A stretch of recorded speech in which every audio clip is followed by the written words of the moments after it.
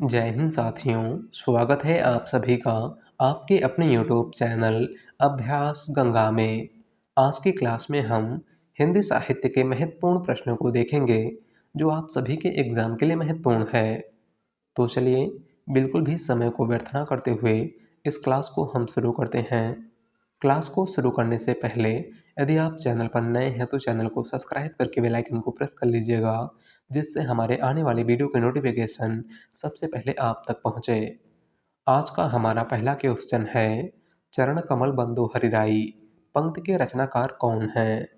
Important question, चरण कमल बंदो हरिराई पंक्ति के रचनाकार इनमें से कौन है? राइट आंसर है ऑप्शन सी, सूरदास। चरण कमल बंदो हरिराई पंक्ति के रचनाकार इनमें से कौन है? तो वह है सूरदास। अगला क्वेश्चन, आचार्य हजारी प्रसाद द्विवेदी ने वाणी का डिक्टेटर किसे कहा था? इम्पोर्टेंट क्वेश्चन, हमारा ऑप्शन है कबीरदास, सूरदास, रैदास या फिर तुलसीदास। राइट आंसर है ऑप्शन ए, कबीरदास। आचार्य हजारी प्रसाद द्विवेदी ने वाणी का डिक्टेटर किस कवि को कहा था? तो कबीरदास को। अगला क्वेश्चन, अनुप्रास का बादशाह किस कवि को कहा जाता है? हमारा ऑप्शन है सूरदास, नाभादास, कबीरदास या फिर तुलसीदास। राइट आंसर है ऑप्शन डी, तुलसीदास। अनुप्रास का बादशाह इनमें से किस कवि को कहा जाता है? तो गोस्वामी तुलसीदास को। अगला क्वेश्चन, नई कविता पत्रिका का प्रकाशन कब हुआ था? इम्पोर्टेंट क्वेश्चन, नई कविता पत्रिका का प्रकाशन कब हुआ था?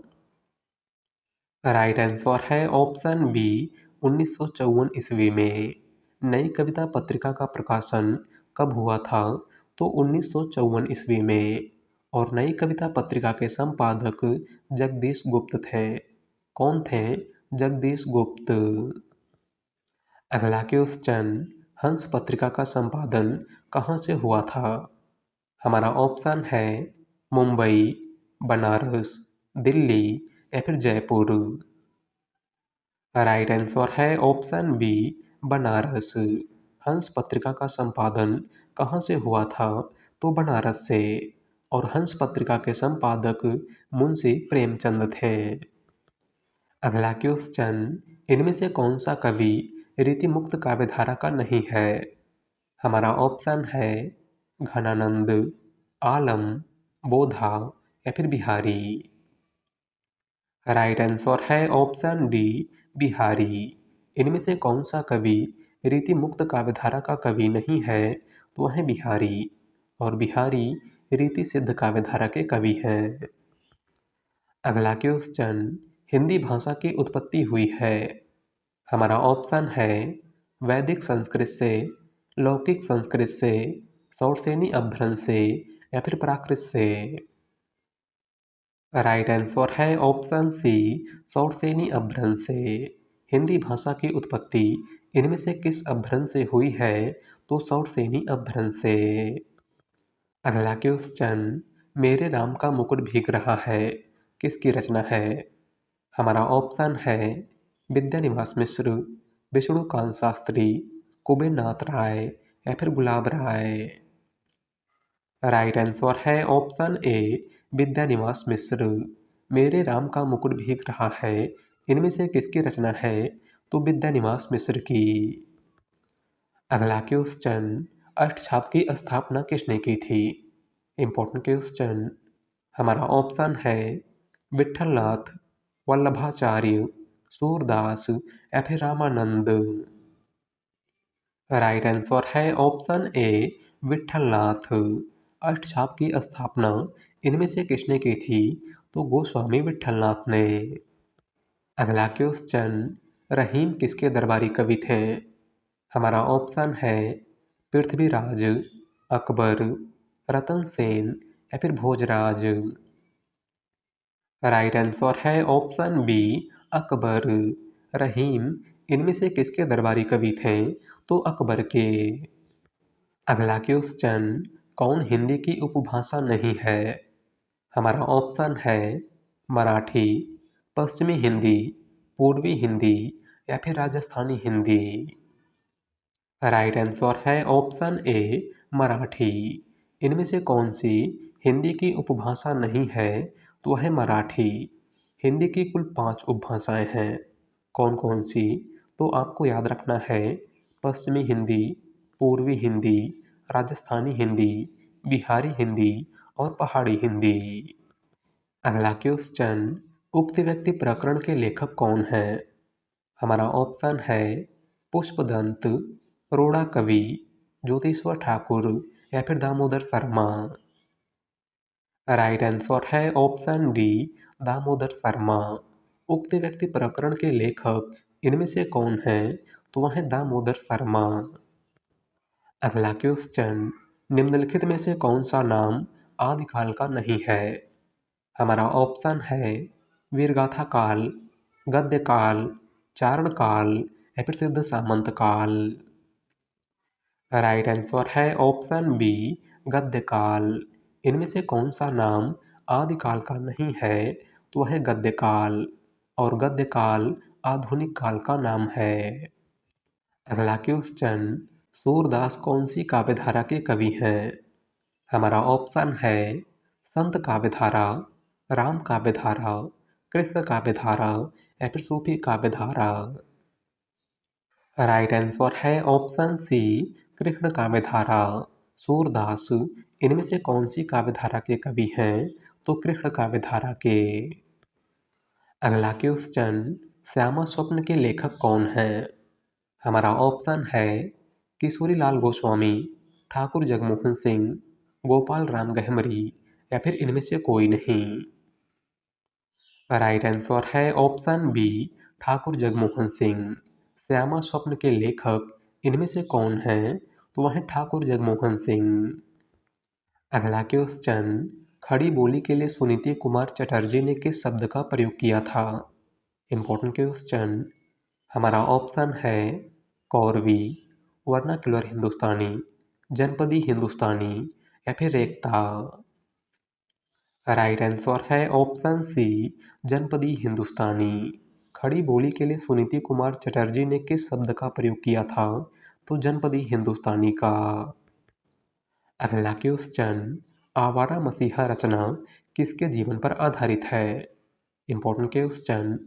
हमारा ऑप्शन है शरत चंद्र, प्रेमचंद्र, बंकिम चंद्र या फिर रविन्द्रनाथ टैगोर। राइट आंसर है ऑप्शन ए शरत चंद्र। आवारा मसीहा रचना इनमें से किसके जीवन पर आधारित है? तो शरत चंद्र के। और आवारा मसीहा रचना के लेखक विष्णु प्रभाकर हैं। कौन हैं? विष्णु प्रभाकर। अगला क्वेश्चन, पहले मैं सन्नाटा बुनता हूँ किसकी रचना है? हमारा ऑप्शन है अज्ञे, नागार्जुन, डॉक्टर रामकुमार वर्मा या फिर शमशेर बहादुर सिंह।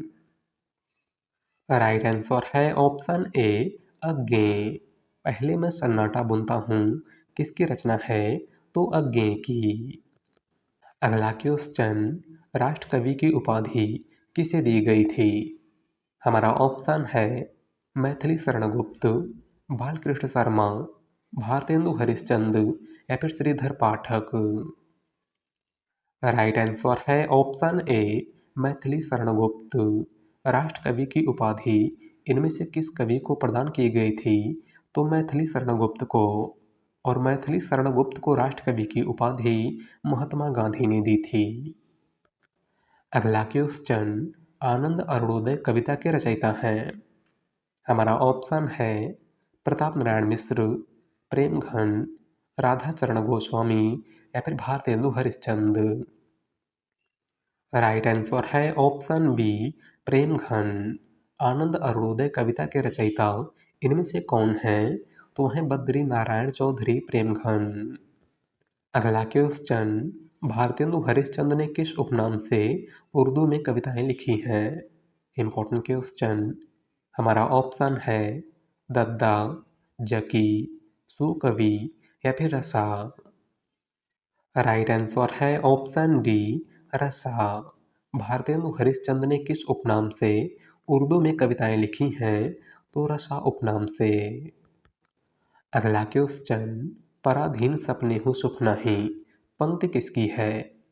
हमारा ऑप्शन है रहीम दास, कबीर दास, मलूक दास या फिर तुलसीदास। राइट आंसर है ऑप्शन डी, तुलसीदास। दी गई पंक्ति इनमें से किसकी है? तो गोस्वामी तुलसीदास की। अगला क्वेश्चन, बादल राग के रचयिता हैं। हमारा ऑप्शन है जयशंकर प्रसाद, सुमित्रानंदन पंत, सूर्यकांत त्रिपाठी निराला या फिर महादेवी वर्मा। राइट आंसर है ऑप्शन सी, निराला। बादल राग के रचयिता इनमें से कौन है? तो वह है सूर्यकांत त्रिपाठी निराला। अगला क्वेश्चन, कौन सा नाटक मोहन राकेश का नहीं है? हमारा ऑप्शन है लहरों के राजहंस, आधे अधूरे, अंधा युग या फिर आषाढ़ का एक दिन। राइट आंसर है ऑप्शन सी, अंधा युग। इनमें से कौन सा नाटक मोहन राकेश का नहीं है? तो है अंधा युग। और अंधा युग नाटक के लेखक धर्मवीर भारती हैं। अगला क्वेश्चन, इनमें से कौन सी रचना आदिकाल की है? हमारा ऑप्शन है सूरसागर, पदावली, कवितावली या फिर ये सभी। राइट आंसर है ऑप्शन बी, पदावली। इनमें से कौन सी रचना आदिकाल की है? तो है पदावली, जिसके लेखक विद्यापति हैं। बात करें सूरसागर की, तो सूरसागर भक्ति काल की रचना है और इसके लेखक सूरदास हैं।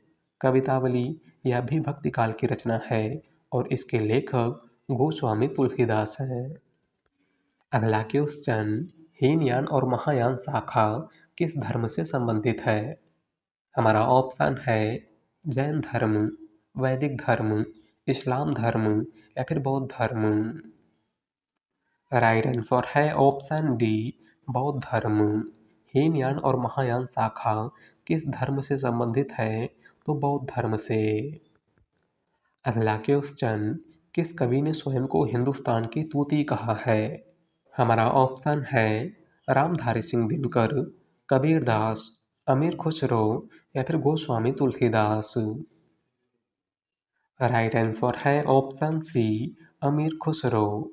इनमें से किस कवि ने स्वयं को हिंदुस्तान की तूती कहा है? तो अमीर खुसरो ने। अगला क्वेश्चन, अवधी भाषा का सर्वाधिक लोकप्रिय महाकाव्य कौन सा है? हमारा ऑप्शन है पद्मावत, मधुमालती, मृगावती या फिर रामचरितमानस। राइट आंसर है ऑप्शन डी, रामचरितमानस। अवधी भाषा का सर्वाधिक लोकप्रिय महाकाव्य इनमें से कौन सा है? तो वह है रामचरितमानस, जिसके लेखक गोस्वामी तुलसीदास हैं। बात करें मृगावती की, तो मृगावती कुतुबन की रचना है, मधुमालती मंझन की रचना है और पद्मावत अवधी भाषा का प्रथम महाकाव्य मलिक मोहम्मद जायसी की रचना है। अगला क्वेश्चन, एक भारतीय आत्मा किस कवि का उपनाम है? Important question. हमारा ऑप्शन है सोहनलाल द्विवेदी, रामचरित उपाध्याय, मैथिली शरण गुप्त या फिर माखनलाल चतुर्वेदी। राइट आंसर है ऑप्शन डी, माखनलाल चतुर्वेदी। एक भारतीय आत्मा इनमें से किस कवि का उपनाम है? तो माखनलाल चतुर्वेदी का। अगला क्वेश्चन और आज का लास्ट क्वेश्चन, राहु के अन्वेषी निम्न में से किन कवियों को कहा जाता है? हमारा ऑप्शन है अष्टछाप कवियों को, तारसप्तक कवियों को, भारतेंदु मंडल को या फिर निर्गुण कवियों को। राइट आंसर है ऑप्शन बी, तारसप्तक कवियों को। राहु के अन्वेषी इनमें से किन कवियों को कहा जाता है? तो तारसप्तक कवियों को। और तारसप्तक कवियों को राहु के अन्वेषी सच्चिदानंद हीरानंद वात्स्यायन अज्ञे ने कहा था। तो आज की क्लास में बस इतना ही और आप सभी लोग बताइएगा कि आपने 30 में से कितने प्रश्न सही किए। वीडियो पसंद आई हो तो वीडियो को लाइक कर दीजिएगा। चैनल पर नए हैं तो चैनल को सब्सक्राइब कर लीजिएगा। मिलते हैं एक नए टॉपिक के साथ। धन्यवाद।